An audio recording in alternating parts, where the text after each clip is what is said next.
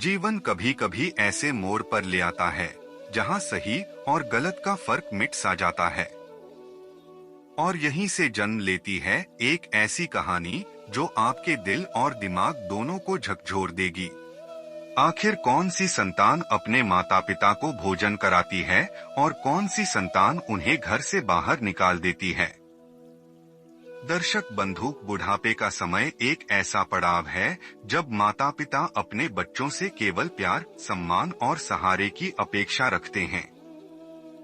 लेकिन आज के युग में यह सवाल हर माता पिता के मन में आता है, क्या हमारी औलाद हमें बुढ़ापे में सहारा देगी या हमें घर से निकाल देगी।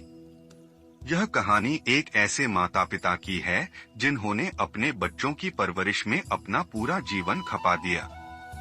उन्होंने अपने बच्चों को अच्छी शिक्षा दी, संस्कार दिए और हर मुश्किल में उनका साथ दिया।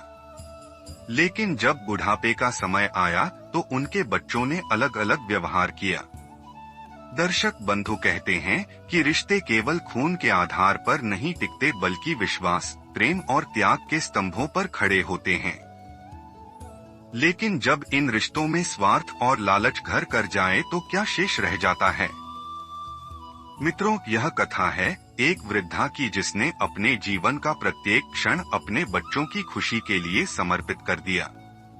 लेकिन समय के साथ वह ऐसी परिस्थितियों में फंस गई जहां हर दिन उसका अपमान हुआ, उसके आत्मसम्मान को ठेस पहुंचाई गई और उसे ऐसी कठोर सच्चाई का सामना करना पड़ा जिसने उसके पूरे जीवन को झकझोर कर रख दिया।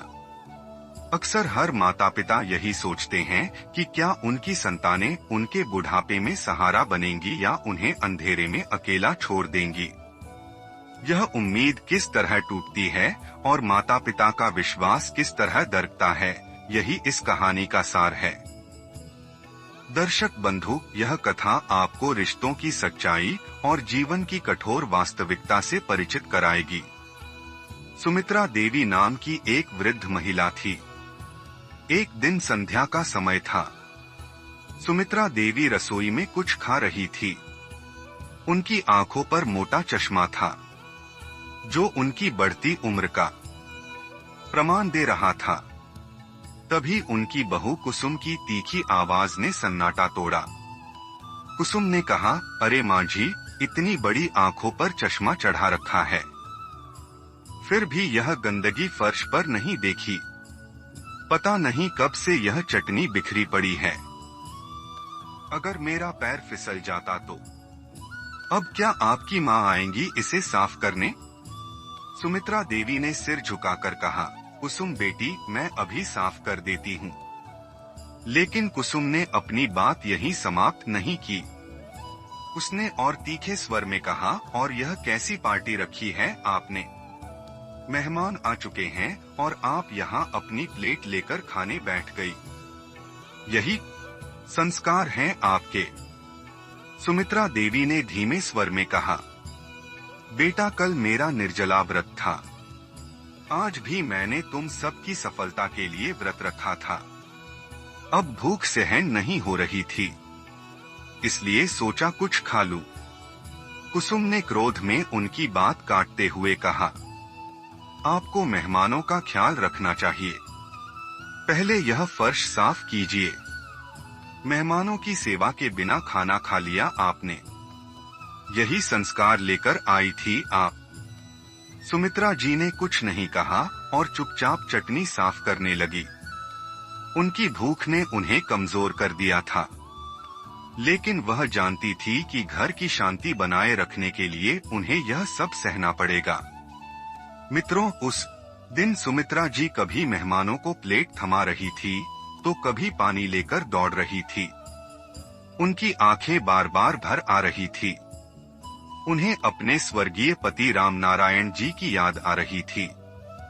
रामनारायण जी ने कभी उनके आत्मसम्मान को झुकने नहीं दिया था। वह अक्सर कहते थे, स्त्री का सम्मान घर की नींव है, इसे ठेस नहीं पहुंचनी चाहिए। सुमित्रा जी मन ही मन सोच रही थी, आज अगर रामनारायण होते तो शायद मेरे साथ यह व्यवहार नहीं होता। तभी मेहमानों में से एक ने कहा, अरे यह कैसी बोरिंग पार्टी है, हमारे बच्चे तो बोर हो रहे हैं, चलो घर चलते हैं। देखा कि सभी लोग उन पर हंस रहे थे। उनकी अपनी बहू कुसुम और बेटा भी दूसरों के साथ मिलकर उनकी बेइज्जती कर रहे थे। सुमित्रा जी ने अपने चेहरे पर मुस्कान बनाए रखने की कोशिश की, लेकिन उनके भीतर एक तूफान उमड़ रहा था। उनके आंसुओं की झड़ी मास्क के पीछे छिपी हुई थी। वह अपमान का यह घूंट पी रही थी और किसी से कुछ कह नहीं पा रही थी। जब सभी मेहमान चले गए तो सुमित्रा देवी अकेली रह गई।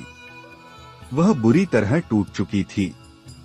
भूख से उनका शरीर कमजोर हो चुका था, लेकिन अपमान ने उनकी भूख को भी समाप्त कर दिया था। लोग कुछ सामान लेकर चले गए। उन्होंने कुछ बताया नहीं। मित्रों, यह सुनकर सुमित्रा देवी का दिल बैठ गया। वह लड़खड़ाते कदमों से दरवाजे तक पहुंची और वहीं गिर पड़ी। उनके हाथों से सामान का थैला छूटकर आंगन में गिर गया और उसमें रखा सारा सामान बिखर गया।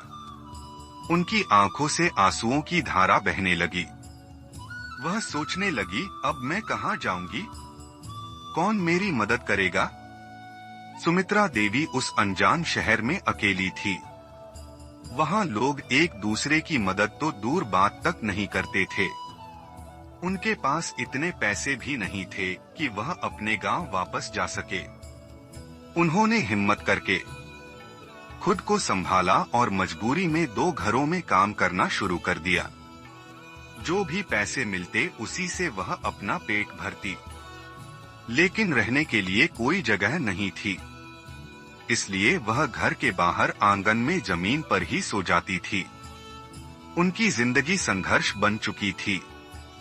हर दिन उनके लिए नया दर्द लेकर आता था, लेकिन वह अपने दुखों को किसी से नहीं कह पाती थी।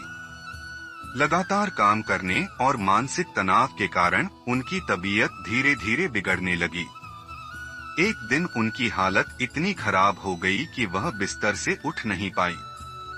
जब वह 2 दिन तक काम पर नहीं गई, रामनारायण जी तुरंत सुमित्रा देवी के पास पहुंचे। जैसे ही सुमित्रा देवी ने उन्हें देखा, उनकी आंखों से आंसू फूट पड़े। वह अपने पति के सीने से लग गई और फूट फूट कर रोने लगी।